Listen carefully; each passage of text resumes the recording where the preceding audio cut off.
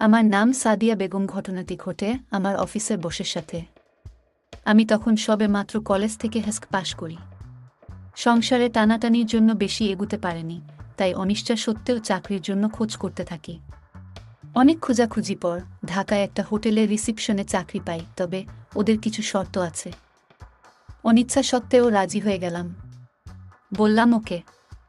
হোটেলের ম্যানেজার একটা ঠিকানা ধরিয়ে দিয়ে বলল রাত 9টার দিকে ওখানে পৌঁছে যেতে, জরুরি মিটিং আছে, লেট করা চলবে না। ওকে বলে চলে আসলাম, তবে একটা জিনিস খেয়াল করলাম। ম্যানেজার আমার সাথে কথা বলার সময় আমাকে একটু বাজে চোখে দেখছিল। আমি একটু অস্বস্তি হলেও কিছু বলিনি, কারণ চাকরিটা খুবই প্রয়োজন। তাই এসব ভাবতে ভাবতে বাসায় চলে এলাম। সব কাজ শেষ করতে করতে প্রায় সন্ধ্যা। তারপর গোসল সেরে নিজেকে পরিপাটি করতে বসলাম আয়নার সামনে। আজ যেন আমাকে অন্য দিনের চেয়ে আলাদা লাগছে। চুল আঁচড়াতে আঁচড়াতে ভাবছি কি পরা যায়। হয়তো অফিসের কোনো মিটিং আছে। এসব ভাবতে ভাবতে রাত প্রায় 8:30।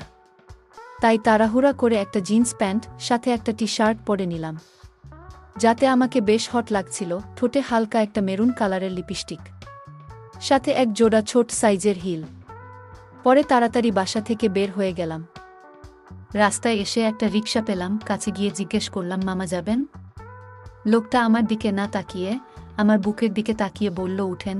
মনে মনে ভাবলাম এসব কি, ব্যাপারটা বুঝার জন্য আমি আমার বুকের দিকে তাকালাম। ও মাই গড! বাসা থেকে তাড়াহুড়ার মধ্যে খেয়াল করিনি যে টি-শার্টের গলাটা অনেকটা বড়। কিছুদিন আগে অনলাইনে কিনেছি, পরে দেখা হয়নি। ওটা পরার জন্য আমার প্রায় অর্ধেক অংশ দেখা যায়। কিন্তু এখন আর কিছু করার নেই। এমনি সময় কম, তাই কোনো মতে চলে আসলাম ম্যানেজার সাহেবের দেয়া ঠিকানায়। নামতেই চোখে পড়ল এটা একটা বাসা। ভাবলাম এখানে আবার কিসের মিটিং, দেখে তো একটা বাসা মনে হচ্ছে। এরই মধ্যে আমার ফোনটা বেজে উঠল। ব্যাগ থেকে ফোনটা বের করে দেখি ম্যানেজারের ফোন।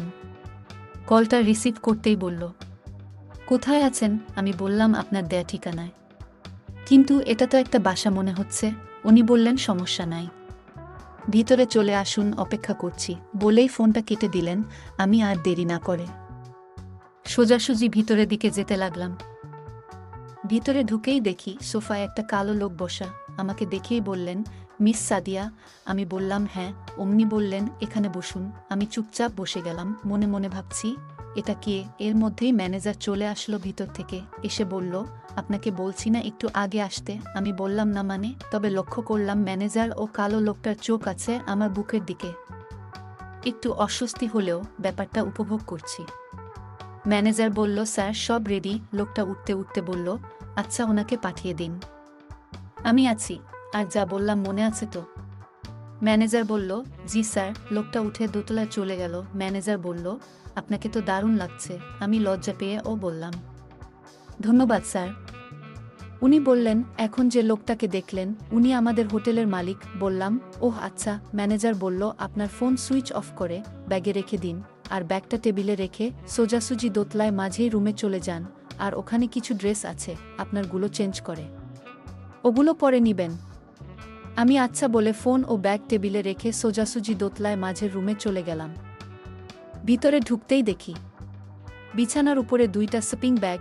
ওগুলো হাতে নিয়ে খুলতেই দেখি একটা সিল্কের ব্লাউজ আর লাল জর্জেটের শাড়ি। সব কিছুই আমার পারফেক্ট ফিট হবে।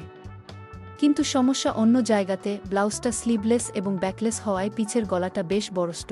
আমি তো পুরোপুরি অবাক। এবারের কৌতূহল বেড়ে গেল, অপর শপিং ব্যাগে কি আছে। খুলে ফেলতেই আমি হা হয়ে গেলাম। কালো রঙের একটা পিপ্টো পেন্সিল হিল, তাও আবার প্রায় 4 ইঞ্চি লম্বা। কে এগুলো কিনেছে সে ভালোই জানে কিসের সঙ্গে কি মানা। সব মিলিয়ে নিঃসন্দেহে একটা সি কম্বিনেশন। একটু দ্বিধা হলেও জিনিসগুলো ভালো লাগলো। তাছাড়া নতুন চাকরির মিটিং বলে কথা। সোজাসুজি চলে গেলাম বাথরুমে ড্রেস চেঞ্জ করতে। সবকিছু পারফেক্টভাবে পরে নিলাম। এবার রুমের লুকিং গ্লাসের সামনে দাঁড়িয়ে নতুন করে নিজেকে আবিষ্কার করলাম। এটা কি আমি? এক মুহূর্তে মনে হচ্ছে নিজেই খেয়ে ফেলি। সামান্য সাজগোজ করতেই মানিয়ে গেল। এর মধ্যে দরজায় একটা শব্দ পেলাম। কেউ একজন আসছে রুমের ভিতরে। বসা থেকে উঠে দরজার দিকে এগোচ্ছি। হঠাৎ করে কেউ একজন পিছন থেকে জড়িয়ে ধরল। আমি ভয়ে চেঁচিয়ে উঠলাম, কিন্তু কিছুই হলো না। তখন বুঝতে পারছি না কি হচ্ছে। আমি মুহূর্তের মধ্যে যেন অন্যমনস্ক হয়ে গেলাম। নিজেকে ধরে রাখতে কষ্ট হচ্ছিল, আমি রীতিমতো কাঁপছি। কিন্তু কে উনি? এমন সময় হঠাৎ করে কোলে তুলে নিল আমায়। এই প্রথম আমি তার মুখটা দেখতে পেলাম, আরে উনি আর কেউ না, কিছুক্ষণ আগে সোফায় বসে থাকা কালো লোকটা, আমার অফিস বস। আমি চেঁচিয়ে বললাম, ছাড়ুন আমাকে, কিন্তু উনি কিছুই শুনলেন না। কোলে করে সোজা নিয়ে গেলেন খাটের উপর। নিজেকে ছাড়িয়ে নিতে চেষ্টা করলাম, কিন্তু না, একটা সুঠাম পুরুষের হাত থেকে একটা মেয়ে কখনো ছুটে যেতে পারে না। আমিও পারলাম না। মনে হচ্ছিল কিসের চাকরি, এর চেয়ে বড় কিছু পেয়ে গেছি আমি প্রায় পাগলের মতো হয়ে গেছি। লোকটা বুঝতে পারল। বেশ খানিক পরে তার হাত থেকে মুক্তি পেয়ে একটু স্বস্তি পেলাম প্রায়। কোনো মতে নিজেকে সামলে নিয়ে রুমের বাইরে দৌড়ে পালানোর চেষ্টা করলাম, কিন্তু একই দরজাটা বাহিরে থেকে বন্ধ। আমি ভয় পেয়ে গেলাম। চাকরিটা আপনার চাই না? মাসিক স্যালারি 20,000। চাইলে আরও কিছু বেশিও নিতে পারেন, তবে মাঝে মাঝে আমাকে সময় দিতে হবে, আর যদি চলে যেতে চান তাহলে যেতে পারেন। কিন্তু সব কিছু ভিডিও হয়ে গেছে। বাকিটা আপনার ইচ্ছা। একদিকে সংসারের অভাব, অন্যদিকে এতক্ষণের সব কিছু ভিডিও হয়ে গেছে। এসব কিছু ভাবতে ভাবতে লোকটা আমার কাছে চলে এসেছে। আমার একটা হাত টেনে নিল। আমি একটা শক খেয়ে গেলাম। ভাবলাম সব কিছুই তো পাচ্ছি, ভালো জব, ভালো স্যালারি, তাহলে খারাপ কি? আর খারাপ ভালোতে কি আসে যায়? কেউ তো আর দেখতে আসছে না। লোকটা বলে উঠল, কি আপনি রাজি? আমি বললাম, হুম। এই সময়টাতে যে সুখ, তা শুধু মেয়েরাই অনুভব করে। নতুন স্টোরি পেতে ফলো দিয়ে পাশে থাকুন।